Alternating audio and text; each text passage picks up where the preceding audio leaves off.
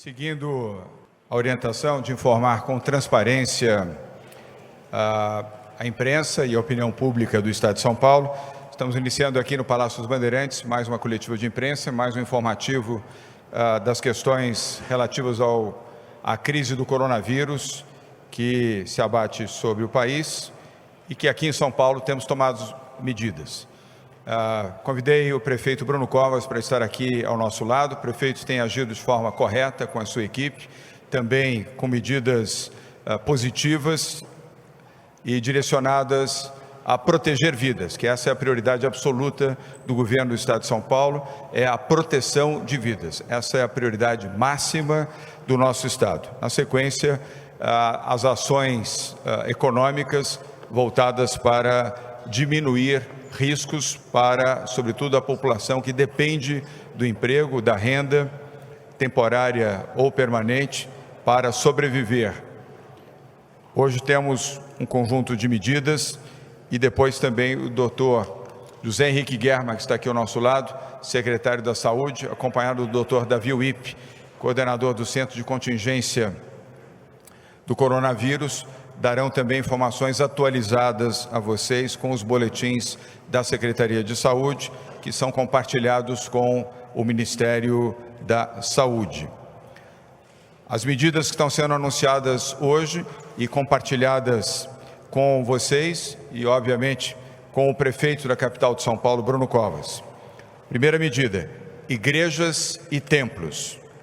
A recomendação, vou repetir a palavra para que não haja nenhuma dúvida por parte dos jornalistas, dos que nos assistem neste momento, dos que nos ouvem, dos que redigem e escrevem, recomendação para que templos e igrejas ou qualquer outra nominação que se dê de ordem religiosa, que evitem a partir de segunda-feira, dia 23 de março, missas, cultos, aglomerações, celebrações ou qualquer outro tipo de atividade. Isto não significa o fechamento de igrejas, templos ou outras áreas onde se reúnam as pessoas para fazerem as suas orações. Apenas indica claramente a orientação, a recomendação para que não promovam mais presencialmente missas, cultos, celebrações de qualquer natureza.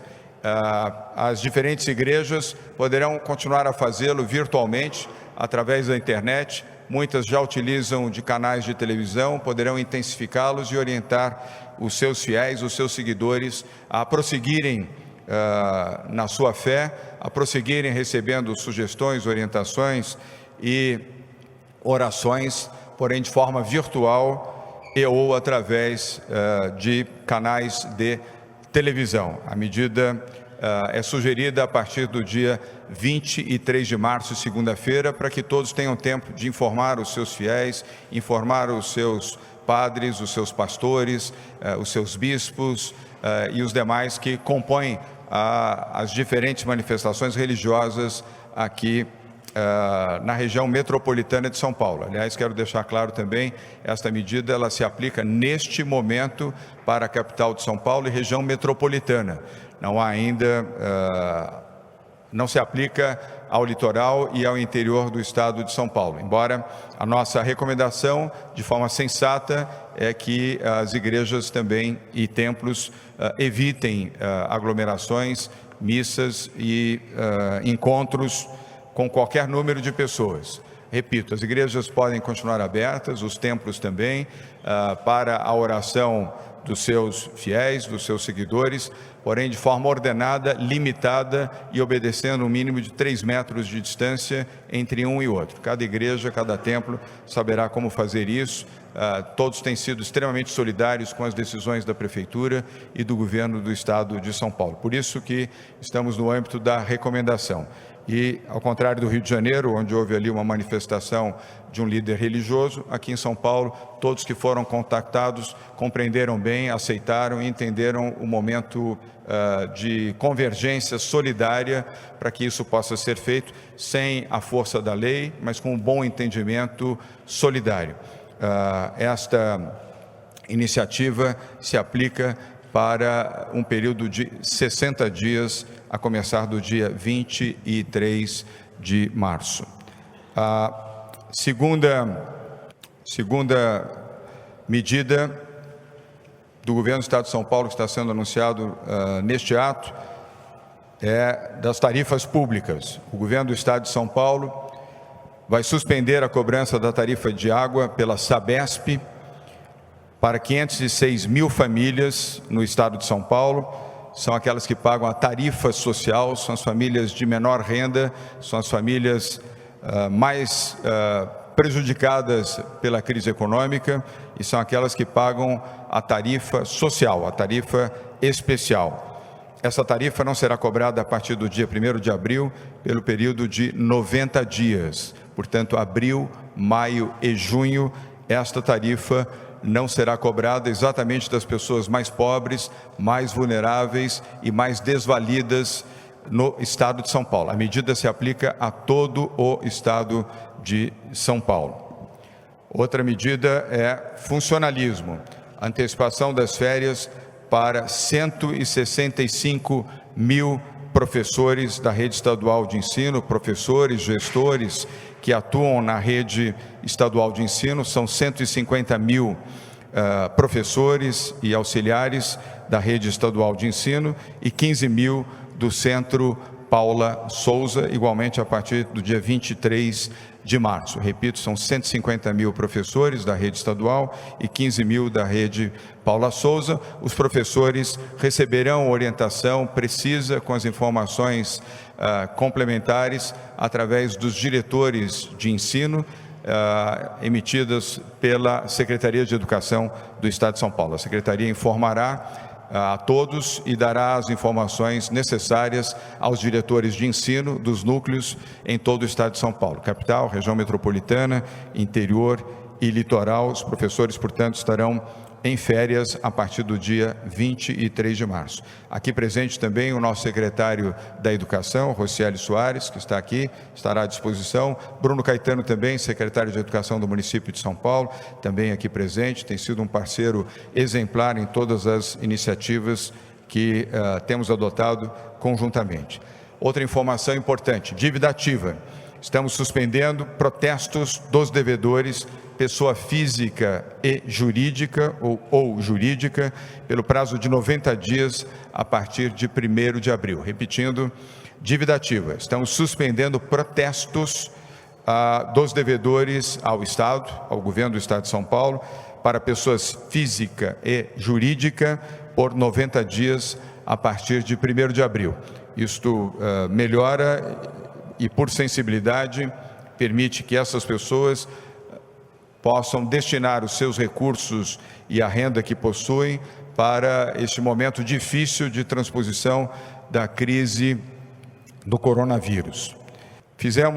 Constituímos outra informação importante, constituímos desde ontem e hoje foi a primeira reunião presencial e virtual, um comitê executivo com o setor empresarial, coordenado pela secretária Patrícia Ellen, com a presença de vários secretários do governo do Estado de São Paulo, e este grupo de trabalho tem 50 empresários que integram, 44 dos quais estavam presentes ou virtualmente ou presencialmente, para a tomada de decisões conjuntas do setor privado e de entidades e associações de classe, com vistas a mitigar e diminuir os efeitos da crise e garantir o abastecimento.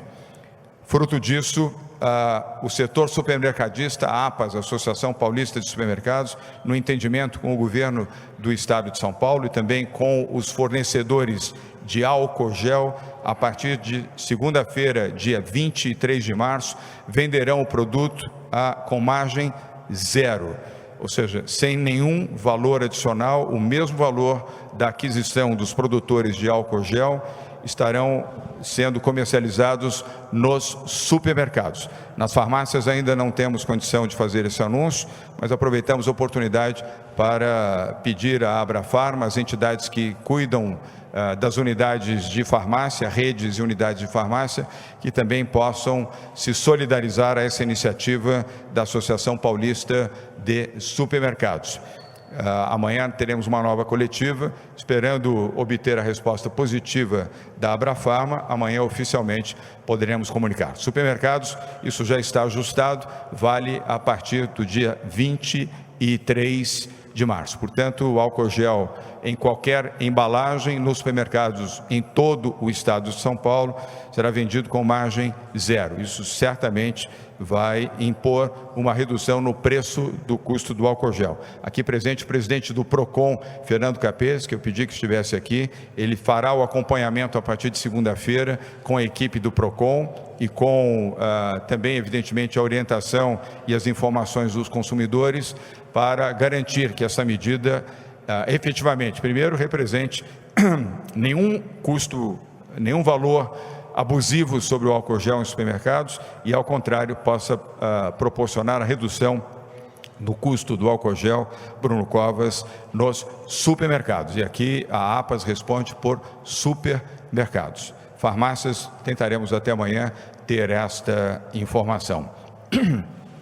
Também gostaria de registrar que a Cooperálcool, que é a maior cooperativa de álcool do país, fica aqui em São Paulo, os seus dirigentes estão aqui presentes conosco, aqui ao lado, se puderem levantar o braço, podem estar à disposição para entrevistas. Estão fazendo uma doação de 50 mil frascos de álcool gel neste ato, para a Polícia Militar, a Polícia Civil, o Corpo de Bombeiros, ou seja, a Segurança Pública do Estado de São Paulo. Uma doação sem nenhum custo de 50 mil frascos de álcool gel para os serviços de segurança pública do Estado de São Paulo, através da Polícia Militar, Polícia Civil, Polícia Científica e Corpo de Bombeiros. Muito obrigado pelo gesto, pela atitude. Essa reunião resultou em várias iniciativas que nós vamos gradualmente comunicar, ações solidárias do setor privado e de entidades que aceitaram o apelo, Bruno Covas, do governo do Estado de São Paulo. Falei em seu nome também como prefeito da cidade, para que pudessem ser solidários, e a primeira doação foi essa da Cooperálcool, que são 50 mil frascos de álcool gel. Também, antes de passar a palavra para o setor de saúde e ao Bruno Covas, gostaria de fazer um apelo aos meus colegas governadores de estado e também a prefeitos de municípios aqui do estado de São Paulo, da região metropolitana e de outras áreas próximas à capital de São Paulo, mas por que não estendendo isso aos 645 municípios, incluindo, evidentemente, a capital de São Paulo, do Bruno Covas. Nós não podemos ter a interrupção de logística e circulação nem de ônibus e nem limitação de acesso, seja para o aeroporto, seja portos ou estradas. Sei que a pressão é muito grande, seja da opinião pública, sejam de segmentos da sociedade civil, mas isto, quero repetir, não pode acontecer. Evidentemente, nós não respondemos aqui no plano federal, mas recomendamos que também a Infraero, as autoridades aeronáuticas, o ministro Tarcísio Gomes de Freitas, que tem sido, aliás, um bom ministro e um bom colaborador neste período, incluindo este período de dificuldades, que, por favor, mantenham os aeroportos abertos e funcionando. Os aeroportos não apenas transportam agentes de segurança, agentes de saúde, pessoas que necessitam de algum tratamento clínico, independentemente do coronavírus, e garantem também o transporte de medicamentos e alimentos. Fechar, bloquear estradas, bloquear aeroportos, bloquear portos não significa, neste momento, uma medida adequada para salvaguardar vidas. Regular, orientar, administrar, acompanhar, sim, é a forma correta. Proibir, não é uma forma adequada. Quero, inclusive, registrar que pedi aos nossos secretários aqui do Governo do Estado de São Paulo, da área de transportes e transportes metropolitanos, e também o secretário de Desenvolvimento Regional, que dialogue com os prefeitos aqui da região da Grande São Paulo, que tomaram, a nosso ver, uma medida precipitada da interrupção das linhas de ônibus na região do Grande ABC e outras áreas. Não é uma medida adequada. Interromper, cessar o transporte público vai impedir pessoas que trabalham em hospitais, pronto-socorro, supermercados, farmácias, antes de chegarem até o seu destino de trabalho. Não é razoável imaginar que essas pessoas, além de todo o sacrifício que estão fazendo, ainda tenham que utilizar os seus recursos pessoais para o pagamento de aplicativos ou táxis. O serviço deve funcionar de forma regulada, de forma higienizada, de forma orientada, como tem feito, aliás, o prefeito da cidade de São Paulo, Bruno Covas. Mas interrupção total é uma medida que não deve ser aplicada e eu tenho confiança de que os prefeitos saberão compreender e de forma regulada revisarão essa medida, que só seria praticada a partir do dia 23, portanto, nesse momento não há nenhum prejuízo, nem portos e aeroportos. Queria até cumprimentar também o ministro Tarcísio. Eu sou justo, quando há que criticar, critico, quando há que elogiar, elogio. O Ministério de Infraestrutura, Bruno Covas, teve uma atitude correta ontem, diante da ameaça do fechamento do Porto de Santos, de agir prontamente para evitar que o porto fosse fechado. Seria uma medida extremamente negativa, não apenas para São Paulo, como para o país. Fechar o maior porto do país seria um desastre do ponto de vista do abastecimento público, não apenas em São Paulo, mas em todo o país. Quero também, na faixa dos cumprimentos, cumprimentar a Anvisa e agradecer à Anvisa. O tema do álcool gel só foi possível porque a Anvisa, através da sua diretoria, teve o discernimento de não seguir os protocolos normais, e sim o protocolo de emergência, e liberar a produção de álcool gel e a facilitação para que ele possa chegar o mais rápido possível às mãos da população ao menor preço possível. Então, o Ministério da Saúde e a Anvisa, os nossos cumprimentos por terem entendido o caráter emergencial em que estamos neste momento. O ministro Luiz Henrique Mandetta tem sido correto nas relações com a Prefeitura, com o Governo do Estado de São Paulo, na Secretaria da Saúde, com a Prefeitura de São Paulo, aqui presente também o secretário da Saúde, Edson Aparecido, que também tem mantido uma relação direta com o Ministério e com o seu ministro Luiz Henrique Mandetta. E ao finalizar, eu quero aqui me dirigir às famílias dos brasileiros de São Paulo. Você que está nos ouvindo, você que está nos assistindo nesse momento, ou você que estará nos acompanhando em algum momento, por favor, priorizem e protejam seus pais e avós. As pessoas de mais idade devem ser protegidas, devem ficar em casa, não devem sair das suas casas. Todas as pessoas com mais de 60 anos, ou as pessoas que têm alguma doença crônica, o Dr. Davi Uip falará a respeito, devem ficar em casa. Então peço que filhos, parentes mais próximos, aqueles que possam ajudar, tratar e ter carinho com seus pais e avós, façam isso e mantenham essas pessoas em suas casas, não saiam de casas e sigam as medidas preventivas que os profissionais de saúde têm orientado para que estejam devidamente protegidos. A segunda solicitação, faço isso como ser humano, seja solidário e ajude quem mais precisa. Não é a hora de egoísmo. Aliás, Bruno Covas, a população de São Paulo tem demonstrado discernimento, bom coração e solidariedade. É hora de praticarmos isso aqui em São Paulo. Seja uma pessoa solidária, ajude a quem mais precisa, a quem mais tem necessidade, seja ele mais próximo, seja ele da sua família, seja ele seu vizinho, ou mesmo alguém que você não conheça, mas que saiba que precisa da sua ajuda. Terceira informação, de ordem humanitária e também de forma orientativa. Acompanhe os veículos de comunicação. Nunca foi tão importante o trabalho dos veículos de comunicação, dos telejornais, das rádios, das emissoras de televisão, da internet, jornais e revistas para a orientação correta à população brasileira, e aqui eu me refiro à população brasileira de São Paulo. Eu já havia cumprimentado a imprensa aqui por 2 vezes, faço pela 3ª vez. O grau de correção e orientação e precisão tem sido bastante elevado. Quanto melhor isso for comunicado, primeiro por nós, autoridades de governo, e depois por vocês que reproduzem e analisam as notícias, melhor será para a tranquilidade da população. E a você que está em casa, ouvindo ou assistindo ou lendo, faça isso religiosamente, acompanhe as notícias e as informações. Mais do que nunca, a informação ajuda a salvar vidas. Outra recomendação, crie a sua rotina para trabalhar em casa. Bruno Covas e eu temos orientado o trabalho remoto, o trabalho em casa, para que ele possa preservar vidas e ajudar as pessoas. Não é preciso parar de trabalhar naqueles que precisam trabalhar. Estou aqui excluindo aquelas pessoas que presencialmente já estão programadas para o cumprimento das suas funções. Mas os que estão em casa e estão em regime de trabalho doméstico, criem a sua rotina, tenham disciplina e tenham paciência também.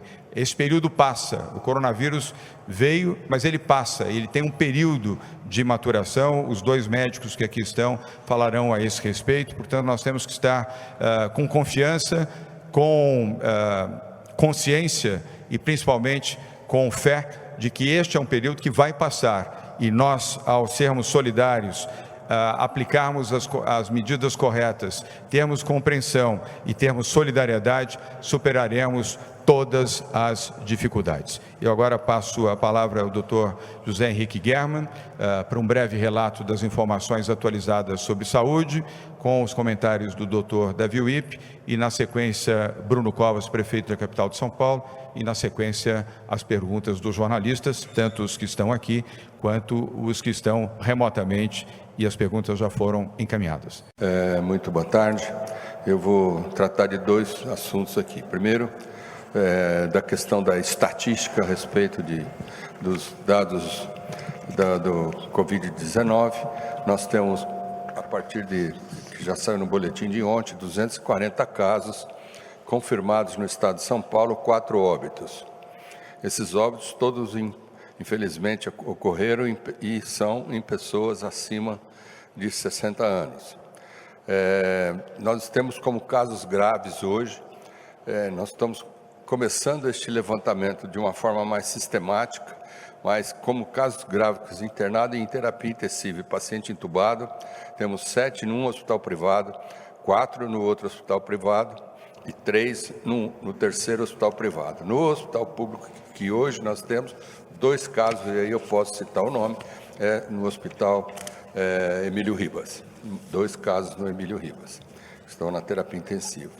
Ontem nós tivemos o anúncio a respeito de que os medicamentos seriam entregues para 3 meses, porque os medicamentos de alto custo, eles em geral estão para as pessoas de mais idade, então nesse sentido, para que eles não tenham que se deslocar toda hora, todo mês para a farmácia, as farmácias iriam dispensar para 3 meses.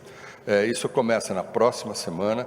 Feito o anúncio ontem, hoje, nós tivemos um afluxo de gente nas farmácias acima do esperado, e eu queria então pedir, inclusive, o auxílio de vocês nessa divulgação, e que nas farmácias de Maria Zélia, Várzea do Carmo e da Vila Mariana, onde nós temos o Remédio Agora, que é o nosso aplicativo a respeito de agendamento de retirada de remédios, que já está 25% das pessoas cadastradas, que eles utilizassem esse cadastramento ao longo do mês. Não temos pressa para fazer isso. E isso de ir logo no primeiro dia é coisa do passado. Então, os estoques existem, nós podemos fazer isso, mas o afluxo também acaba atrapalhando. Então, eu gostaria da ajuda de vocês, no sentido de que a gente peça para as pessoas que têm já cadastradas no Remédio Agora, faça através dessas 3 farmácias. Acho que esses eram um anúncio, queria saber do professor Davi. Não. Edson, acho que era isso. Boa tarde a todos. Eu queria, mais uma vez, reafirmar que o município e o governo do Estado de São Paulo têm tomado medidas complementares, e é importante enfatizar isso. São sempre medidas complementares e nunca medidas conflitantes. Não adianta o governo do Estado caminhar para um lado e o município caminhar para outro e a gente ter um jogo de soma zero. Muito pelo contrário, a gente tem debatido sempre em conjunto com o governo do Estado as ações a serem tomadas. A questão de transporte é uma delas.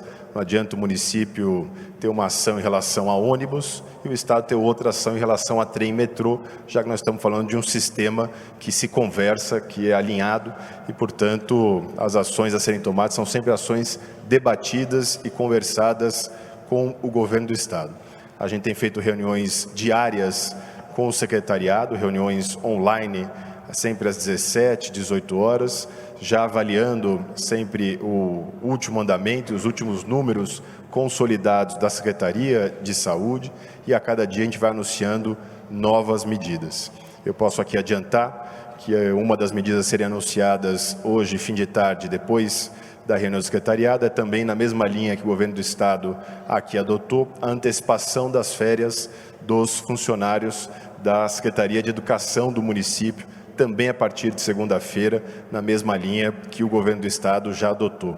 Então, todo final de tarde, a gente tem as ações a serem tomadas pela Prefeitura, sempre complementares, em parceria com o governo do Estado. O governador João Dória tem sido um grande parceiro da Prefeitura, tanto é verdade que uma das doações aqui já anunciadas, da Cooperalco, ao invés do governador pedir ainda um pouco mais para o governo do Estado, pediu para que a empresa pudesse também ajudar a Prefeitura de São Paulo, e a empresa já está em conversa com o secretário de Saúde para ver de que forma, em quantidade, em que momento é possível fazer isso. Então, agradeço aqui mais uma vez, governador, a preocupação e o trabalho conjunto com a Prefeitura de São Paulo.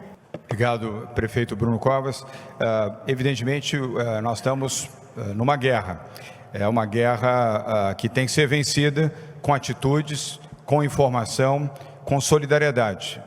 E a ação integrada da Prefeitura da capital de São Paulo, a maior cidade do país, a maior cidade da América Latina, praticamente 13 milhões de habitantes, ela é essencial, e assim temos feito nos últimos 14 dias. E assim faremos também com o governo federal, em linha com o Ministério da Saúde e os outros ministérios que podem e devem ter intervenções, como o Ministério da Infraestrutura, de acordo com aquilo que comentei há pouco com todos vocês. O primeiro veículo é a TV Globo, jornalista Giba Bergamin. Giba, boa tarde. Sua pergunta, por gentileza. Muito obrigado a todos. Primeiramente, queria só confirmar algo que nós podemos entender com o que o secretário disse: 16 casos graves, entre particulares e os 2 do Emílio Ribas, certo? Foi o que eu entendi. Não tem o resultado. Ligar o microfone.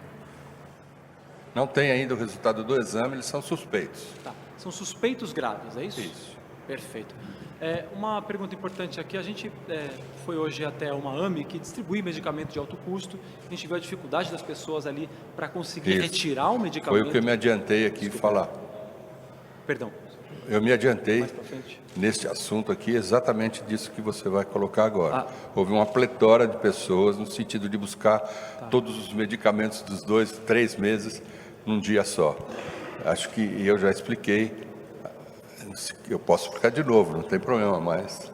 Só para entender, na verdade, assim, não tem medicamento para todo mundo retirar por esse período de 3 meses.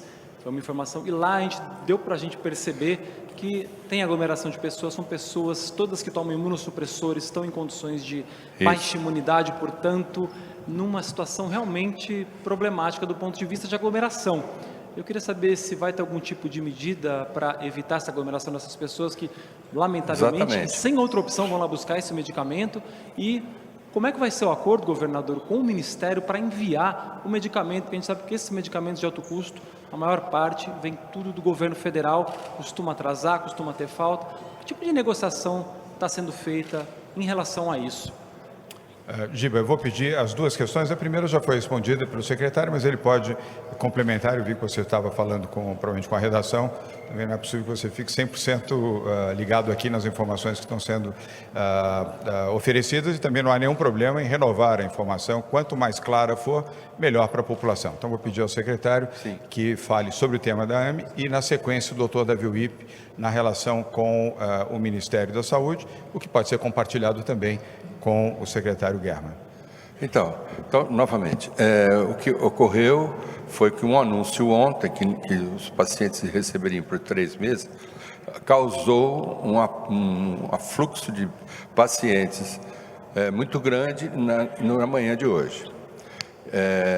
Nós já tínhamos dito ontem que isso começaria na semana que vem. Nós precisamos de um pequeno tempo para organizar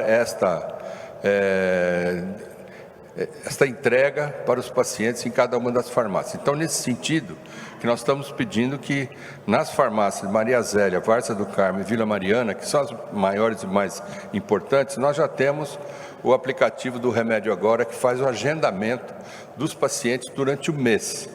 Então, ele está garantido no recebimento do medicamento. Então, ele faz o seu cadastramento, ele está no programa, cada vez que ele chega lá, rapidamente ele é atendido. A não ser numa situação como ocorreu hoje, que foi fruto da informação de ontem. Eu acho que nós estamos vivendo numa situação assim muito delicada, muito sensível, e as pessoas já foram todas hoje, ou pelo menos foi um bom número de pessoas hoje que causou esse tipo de problema. Mas isso está solucionado para a próxima semana. A medida é essa que eu te falei. Secretário, apenas para esclarecer, qual o aplicativo? É o Remédio Agora. O Remédio Agora é um aplicativo que faz o agendamento dos pacientes,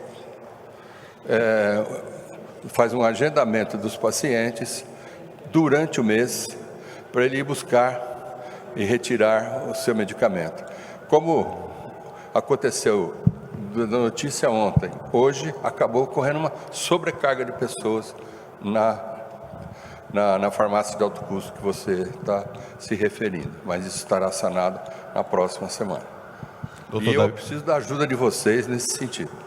Obrigado. Doutor Davi Wippe, a outra questão, aliás, vou pedir, não é para desabonar o jornalista Giba Bergamin, mas apenas, como nós temos um número muito grande de jornalistas, peço a gentileza de dirigirem uma única pergunta. Seguramente a segunda, a terceira ou a quarta que você desejaria fazer, um colega seu estará fazendo. Por favor.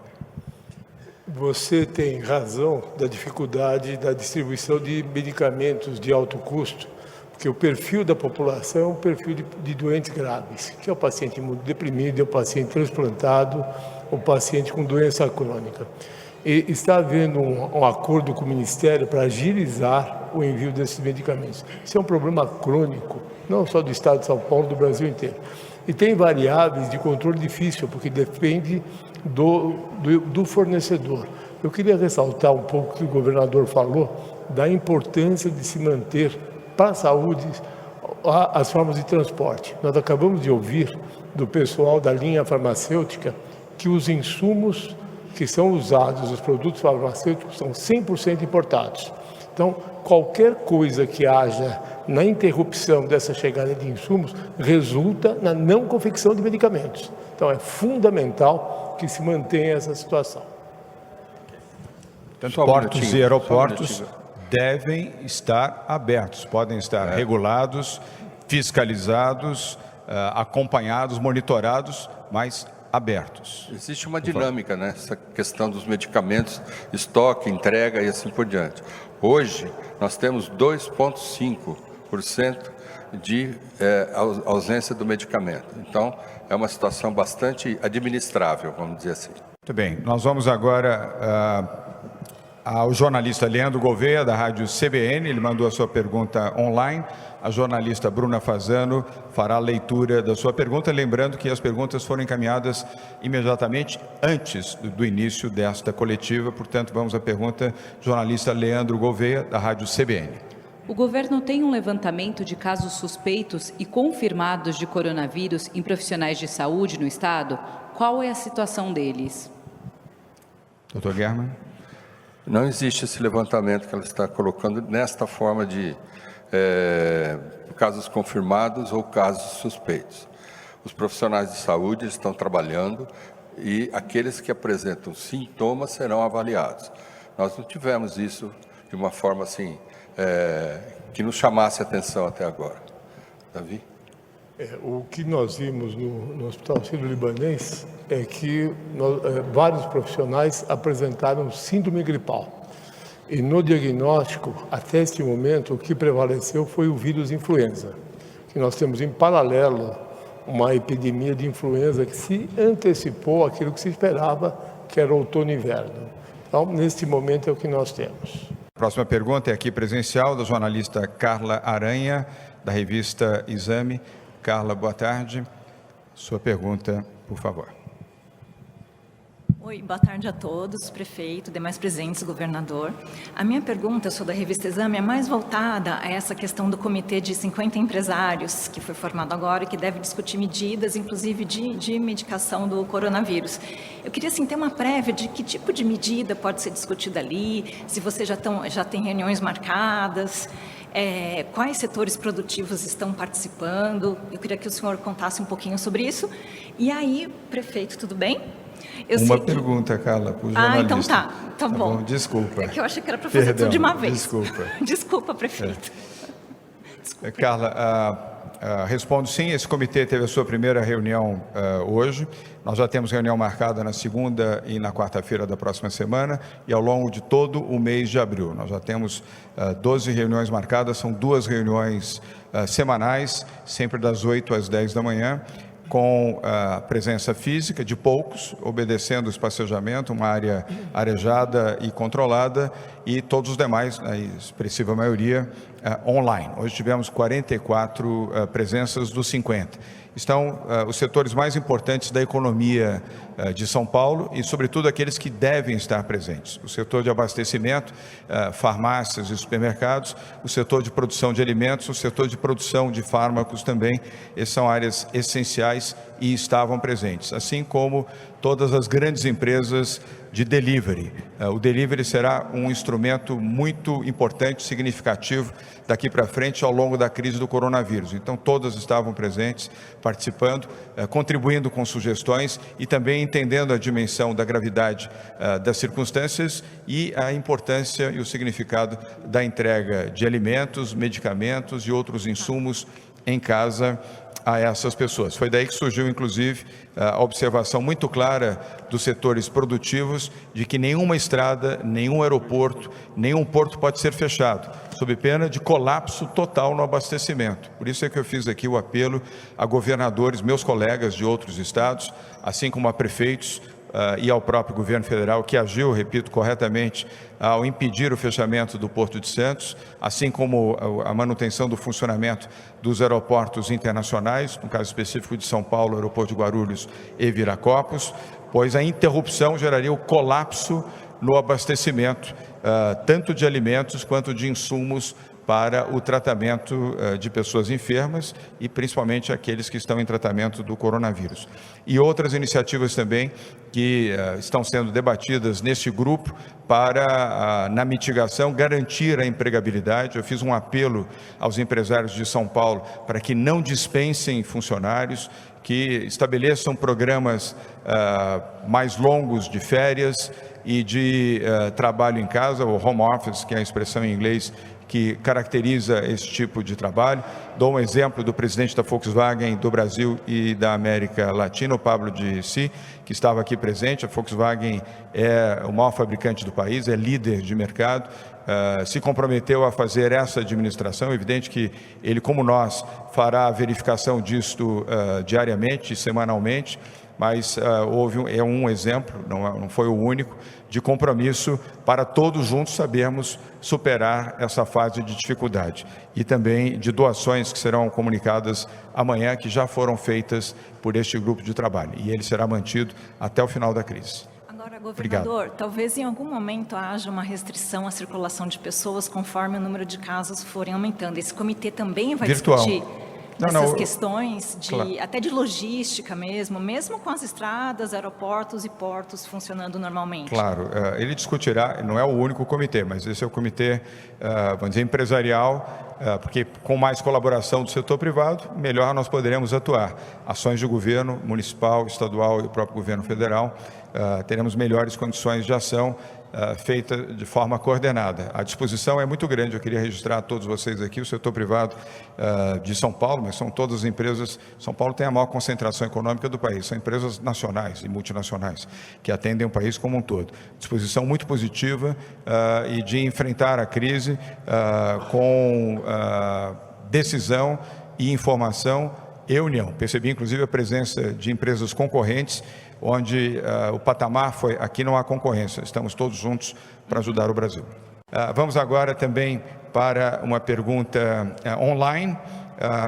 que é da jornalista Laísa Dallagnol, do jornal Agora São Paulo, também que será lida pela jornalista Bruna Fasano. Vou pedir só para a distância entre você e o doutor Davi Wip ser regulamentar. Por favor, Bruna. Governador e prefeito, nessa questão. Servidores estaduais e municipais de setores considerados essenciais, como saúde e segurança pública, pedem a dispensa para aqueles com mais de 60 anos ou que estejam em grupos de risco. O Estado pretende atender a esses pedidos e a Prefeitura? Eu vou tomar a liberdade de começar a responder.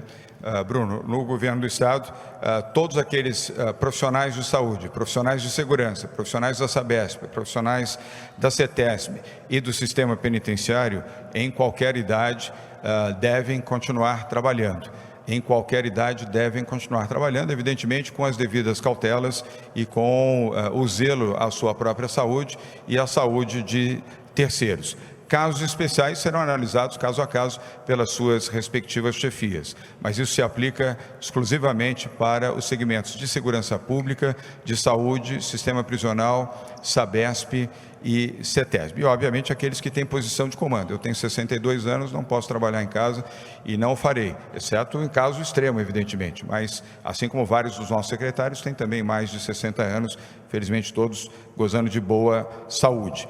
Mas aqueles que estão em áreas essenciais, a recomendação é que continuem trabalhando e sigam a orientação das suas respectivas chefias nestas áreas que eu mencionei. Bruno. Também na área da Prefeitura, não há nenhuma determinação nesse sentido para que se aplique à área da segurança ou da saúde aquilo que está sendo aplicado aos outros servidores, para aqueles que têm mais de 60 anos, grávidas, lactantes, pessoas com imunodepressão. Para isso, a gente está tentando criar outras facilidades para esses funcionários. Por exemplo, a partir da semana que vem, o secretário municipal de Educação já está consultando a todos esses profissionais e a gente deve deixar aberto algumas creches municipais para os filhos dos servidores da área da segurança e da área da saúde, tanto do município quanto do Estado, para que eles possam ter o local para deixar os filhos deles, já que o serviço que eles prestam nesse momento é essencial e a gente não pode abrir mão. Então, não há nenhuma perspectiva nesse momento de se aplicar a mesma regra também aos servidores da área da saúde e da área da segurança. Obrigado, Bruno. E aproveitar também, creio que posso falar em nome do Bruno Covas, agradecer aos profissionais da saúde pública do município de São Paulo, do estado de São Paulo e da segurança pública, onde se inclui também a Guarda Civil Metropolitana, a Polícia Militar, Polícia Civil, Corpo de Bombeiros, a Polícia Científica. Eu incluo também aqui os agentes do sistema prisional, pela colaboração num momento tão difícil, a mobilização destes setores para ajudar a população. Como governador do estado de São Paulo, quero transmitir a todos os sinceros agradecimentos e aos seus familiares também pela compreensão. Vamos agora a uma nova pergunta, agora presencial, do jornalista Lucas Martins, da TV Band. Lucas, boa tarde. Sua pergunta, por favor. Muito boa tarde a todos. Boa tarde, governador. O Conselho de Desenvolvimento da Baixada Santista se reuniu e anunciou algumas medidas. A maioria delas vai ao encontro daquelas tomadas na capital e grande São Paulo e outras têm relação direta com as peculiaridades da região. Uma delas, o pedido para o fechamento de rodoviárias e hotéis, pousadas e afins, e outra que chama bastante atenção, restrição total de acesso às praias, à faixa de areia. Essa medida especificamente ainda precisa passar pelo governo do estado, é uma decisão que cabe apenas aos municípios, e de que forma isso seria feito? Nesse caso, a Polícia Militar poderia ser utilizada para isso? Lucas, obrigado pela pergunta. A decisão é soberana dos prefeitos, eles têm a capacidade de administrar a crise, como está tendo o prefeito Bruno Covas. Todos estão recebendo orientação do governo do estado, online, pela Secretaria de Desenvolvimento Regional. O nosso secretário Marco Vignoli deve estar aqui. Há todos os dias um informe eletrônico para todos, para que possam captar ou imediatamente ou subsequentemente nos seus próprios aparelhos celulares, para que as ações estejam dentro de um patamar, como você mesmo reconheceu no caso da Baixada Santista, dentro de um patamar justificável, aceitável e correto, como tem sido, aliás, no caso da Baixada Santista. Então, eles têm o poder de orientar a população, no caso das praias, por exemplo, essa é uma decisão local, de Santos, São Vicente, Praia Grande, Bertioga e todos os demais municípios que são banhados pelo Oceano Atlântico e onde possuem praias, a decisão é deles. Se houver necessidade, evidentemente, que amparado em decisões e informações da saúde, nós agiremos, mas eu tenho que considerar que os prefeitos têm agido de forma correta. E se precisarem de ajuda e apoio da Polícia Militar, embora essas cidades que eu mencionei, especificamente na Baixada, tenham a sua guarda metropolitana ou a sua guarda municipal, nós estaremos, obviamente, dispostos a cooperar e ajudar. Mas a população, ao ser informada sobre isso, será solidária, eu tenho certeza que ela saberá compreender que essas medidas são em sua proteção e da sua família. Vamos agora a mais uma pergunta online, é da jornalista Tatiana Santiago, do portal G1. Eu estou lendo aqui a pergunta, mas ela já foi respondida, mas, de toda maneira, a jornalista Bruna Fazano formulará aqui a questão da Tatiana Santiago, do portal G1, que está nos assistindo nesse momento. Governador, houve uma oportunidade de alterar, dado que o senhor já respondeu. O governo calcula que serão necessários 1.400 novos leitos de UTI para enfrentar o coronavírus. No entanto, isso considera todo e qualquer leito no estado, e sabemos que a taxa de ocupação desses leitos fica em torno de 90%, com doentes muito graves. Como o governo vai fazer para desocupar leitos? Haverá essa necessidade? Vai ter equipamento de respirador automático para todas as novas UTIs? Onde serão instaladas e qual é o prazo de entrega? A Tatiana, ela mudou a pergunta, porque a pergunta anterior já tinha sido respondida.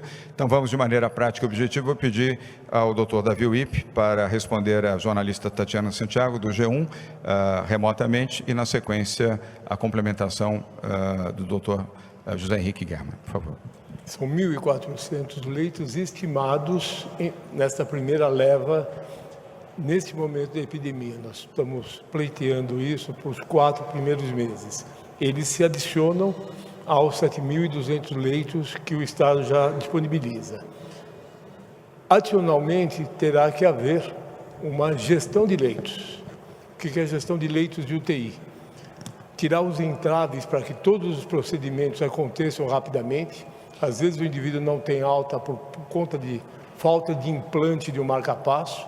Aqueles doentes crônicos de UTI, nós teremos que ter um respaldo de encaminhamento.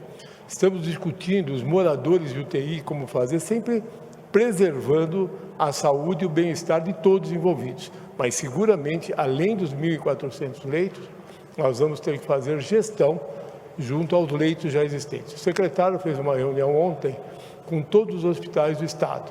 São 100 hospitais. Primeiro, mostrando o protocolo de tratamento de insuficiência respiratória aguda e depois orientando justamente para isso que cada diretor, cada superintendente faça a gestão dos seus leitos. Tenho absoluta segurança que aquela ocupação de 90%, que é o dia a dia de todas as UTIs, baixará com essas orientações. Obrigado, doutor Davi Wipp. Doutor Zé Henrique German, alguma complementação? Então, só para ficar claro, esses 1.400 leitos foi a estimativa feita de acordo com o que nós estamos estimando a respeito da ocorrência da patologia, Covid-19. Em função disso, pelo tempo médio de permanência, enfim, nós chegamos a esse número de 1.400 leitos, e esses são 1.400 leitos novos. O Estado, como disse o doutor Davi, já tem 7.000, são 3.500 leitos para adultos, trabalham numa porcentagem alta, mas serão acrescidos. Obviamente que, com o ocorrer da epidemia, novos cálculos poderão ser feitos, acrescendo ou diminuindo neste número de leitos.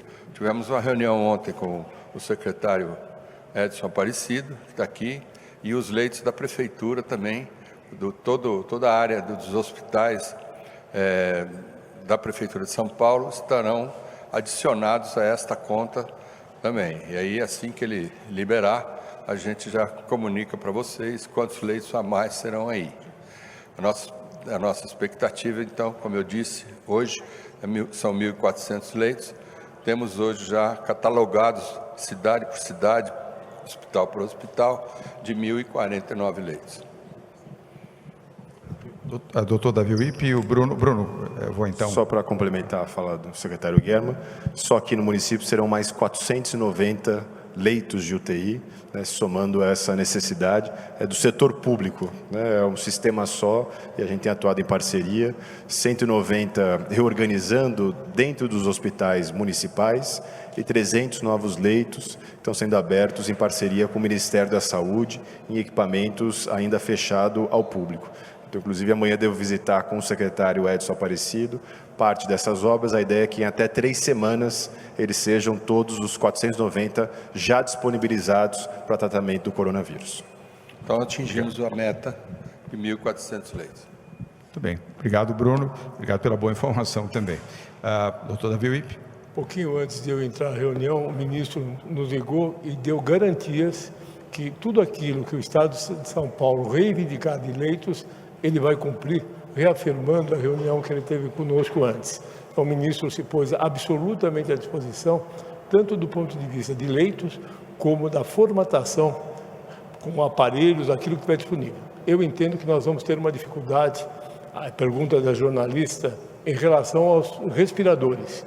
Hoje há uma concorrência muito forte no mundo inteiro na compra de respiradores.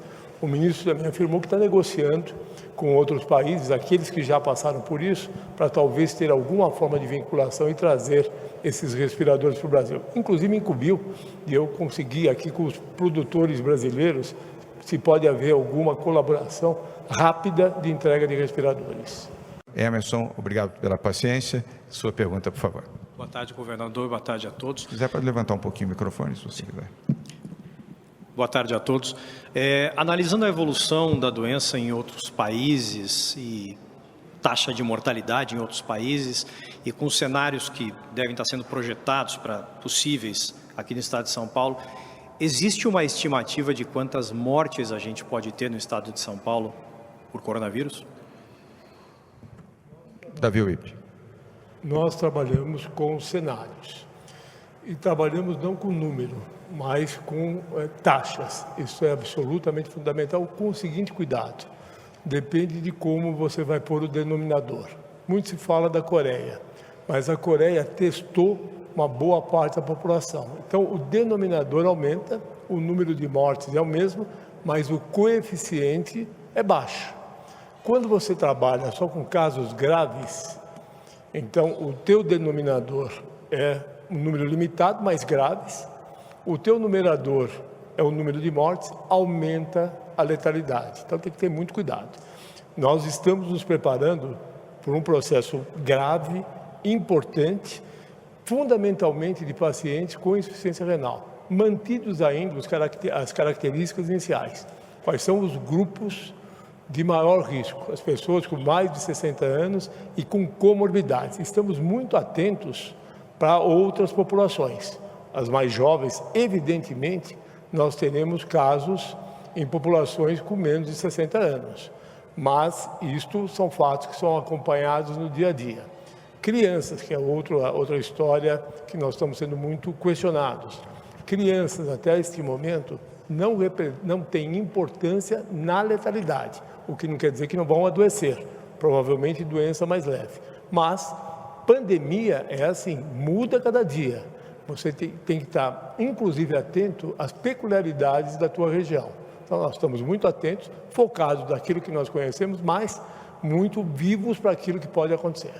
Agora a pergunta vem de um veículo de comunicação do interior do estado de São Paulo, do Jornal Diário de Bragança, o jornalista Gerson Gomes. A jornalista Bruna Fazano fará a leitura da pergunta.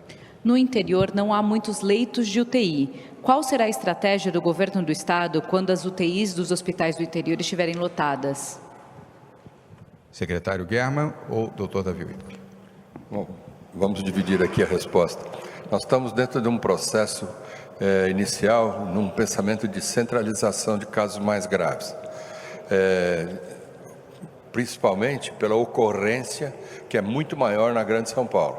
Então é aqui que nós estamos colocando os reforços e todos os recursos novos que nós estamos colocando no enfrentamento do vírus. A próxima pergunta, já caminhando para a fase final da nossa coletiva, é do jornal O Estado de São Paulo, jornalista Bruno Ribeiro. Bruno, boa tarde. Sua pergunta, por favor. Boa tarde a todos. É uma pergunta sobre critérios, governador. Hoje o prefeito publicou aquele decreto restringindo a realização a abertura de espaços de shows, eventos, e o senhor hoje fez uma recomendação para que as igrejas se fechassem, mas não tem uma imposição legal. Se a gente considerar que a gente tem visto na internet líderes religiosos minimizando os efeitos do vírus e dizendo que as igrejas podem ficar abertas e tal, por que o senhor não optou por uma medida mais impositiva, a exemplo do que o prefeito fez no município? Bem, primeiro um esclarecimento. O prefeito não fez nenhuma medida impositiva em relação a templos e igrejas, mas em outras áreas. Eu compreendi, mas apenas para esclarecer quem está nos assistindo agora. Todas as medidas que nós temos adotado aqui, desde o início, inclusive dessas coletivas de imprensa, nós temos feito recomendações e todos os setores têm atendido plenamente. Até hoje não tivemos nenhuma dificuldade em nenhum segmento onde houve a recomendação. Eu tenho certeza que isso não ocorrerá em relação a templos e igrejas. Tivemos o cuidado, evidentemente, de ontem, ao longo do dia, de dialogar com os principais líderes e comunicar a decisão que hoje anunciamos. Não houve nenhuma resistência, houve, ao contrário, compreensão, sentimento solidário, humanitário, inclusive de que igrejas e templos possam orientar também os seus fiéis, não só utilizando os seus canais de internet, mas também os seus canais de televisão. O sentimento não foi de recusa, foi de adoção. Um vídeo que circulou na internet de um membro de uma igreja evangélica, essa igreja não é aqui de São Paulo. Eu não vou nominar, até para não criar nenhum estigma, a igreja não tem expressão aqui em São Paulo, mas posso garantir que todas as demais igrejas evangélicas, assim como a igreja católica, a igreja ortodoxa, anglicana, todas elas, as de matrizes africanas, todos têm sido muito solidários e saberão seguir essa orientação já a partir de segunda-feira, dia 23. Porém, quero alertar também, se não houver a sequência a esta orientação do governo do Estado de São Paulo, posso assegurar que governo e Prefeitura de São Paulo vão agir. Mas eu tenho certeza de que isso não será necessário. Bem, vamos agora a penúltima pergunta online da jornalista Ana Paula Rodrigues, da Rádio Bandeirantes, e peço mais uma vez a jornalista Bruna Fasano que diga a pergunta da jornalista Ana Paula. Está sendo percebido um fluxo muito grande de pessoas em cidades do litoral sul e norte. Muita gente passou a fazer home office ou se isolar nesses locais. Há alguma discussão sobre ampliar as restrições como feitas nas Grandes São Paulo para o litoral? Ana Paula, eu vou dividir a resposta com o Dr. Davi Uip ou o Dr. Zé Henrique Guerra. Nós estamos monitorando bastante de perto, diariamente, o movimento do coronavírus. O epicentro é a capital de São Paulo, todos sabem disso. Felizmente, pouca incidência ainda no litoral e no interior, na região metropolitana e interior. Região metropolitana, eu diria, com uma faixa de risco um pouco mais elevada. No litoral e no interior, Bruno, felizmente, muito baixa a expectativa. Porém, se houver mudanças, nós informaremos. Neste momento, as medidas que estão sendo adotadas no litoral sul, litoral norte e Baixada Santista pelos prefeitos, sempre em conjunto com o governo do Estado de São Paulo, na área da saúde, nos parecem adequadas até o presente momento. Mas divido a resposta com o Dr. Davi Uip e Dr. Zé Henrique Guerra. Essa sensibilidade de que as pessoas estão indo para o litoral não é só para o litoral. Estão indo para o interior num sentido muito legítimo de proteção. Mas é óbvio que você não vai transferir o problema daqui para outro lugar. Então nós estamos atentos, se precisar tomar outras medidas, nós conversaremos e sugeriremos para o secretário e para o governador. Penúltima pergunta, aliás, vou tomar liberdade de não deixar a presencial como última e Bruna Fasano recorrer a você para a última pergunta online que é do jornalista Gustavo Toledo, da Record News, e aí depois voltamos com o William Cury, da Globo News, que será a última pergunta de hoje. Por favor, Bruno. Como São Paulo tem concentrados os casos de coronavírus, existe alguma possibilidade de isolar a Grande São Paulo, assim como aconteceu em Wuhan, na China? Bem, Gustavo, vou dividir a resposta aqui com os meus colegas que estão aqui, doutor Davi Wip, doutor Guerra, e com o prefeito Bruno Covas. A cada dia nós avaliamos a situação na capital de São Paulo, na Grande São Paulo e no estado de São Paulo. Nós todos aqui temos repetidas vezes dito que estamos numa guerra e uma guerra se avalia diariamente, muitas vezes a cada hora.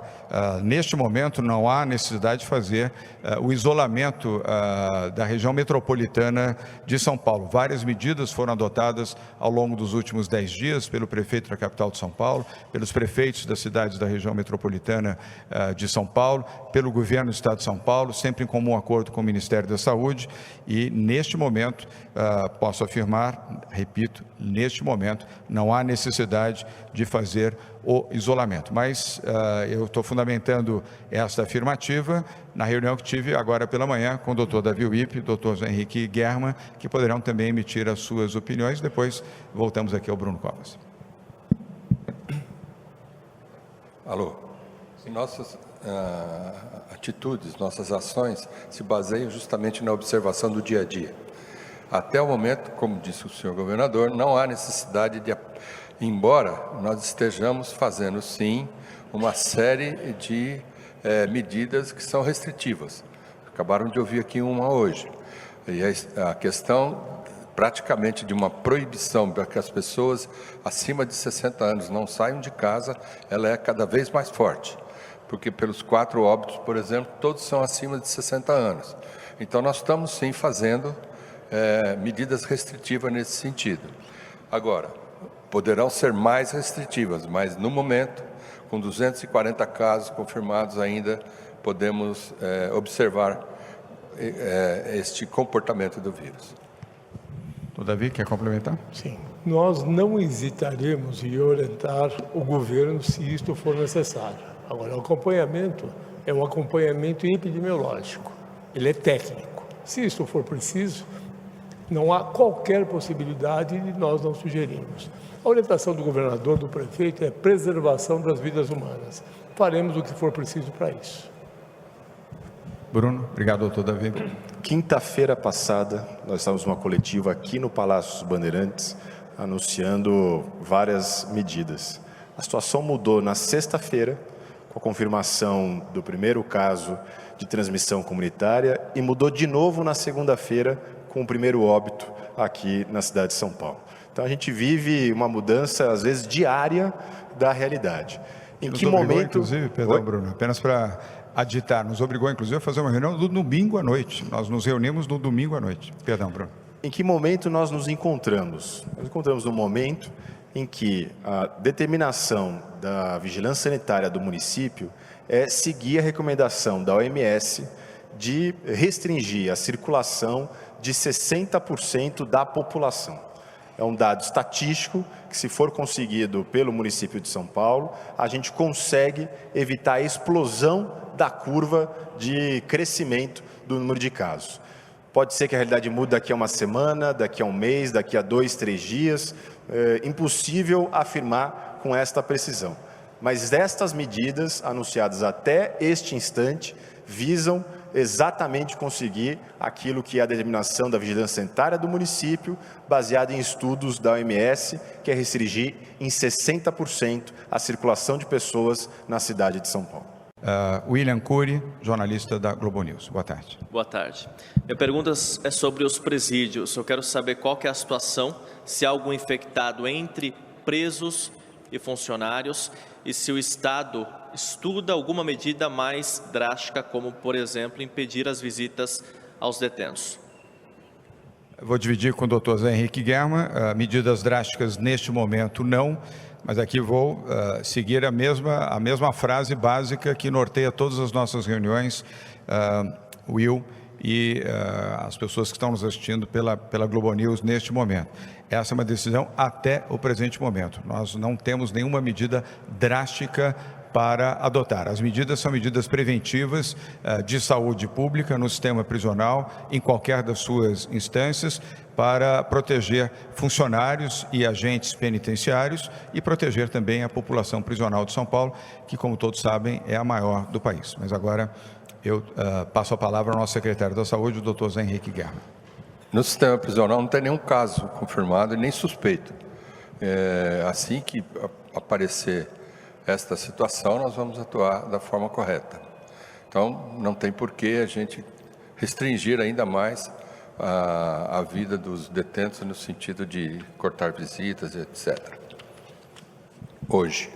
Agradecer mais uma vez a presença dos jornalistas, cinegrafistas, fotógrafos que aqui vieram nesta coletiva no Palácio dos Bandeirantes. Agradecer a presença do prefeito Bruno Covas. O prefeito estará sempre que possível, não em todas, obviamente, mas sempre que possível estará conosco aqui nas coletivas. Lembrando que ele está acompanhado aqui de vários dos seus secretários municipais e nós também, além do Dr. Zé Henrique Guerra e do Dr. Davi Uip, que é um voluntário trabalhando pro bono já há 2 semanas como coordenador do Centro de Contingência do Covid-19, também acompanham esta coletiva. Aos jornalistas, portanto, muito obrigado. A você que está em casa nos acompanhando, nos assistindo, nos ouvindo, grato também. Sintonize a sua emissora, o seu jornal, a sua fonte de informação no site, na internet. Informação é uma das formas de vencermos a crise do coronavírus e, por favor, siga a orientação médica e sanitária que você já sabe para reduzir locomoção, trabalhar em casa, se esta é a orientação que você recebeu da sua empresa ou do seu órgão público, e nos ajudem a proteger as pessoas com mais de 60 anos. E, por favor, sejam solidários, abram o seu coração. Muito obrigado, um bom dia a todos.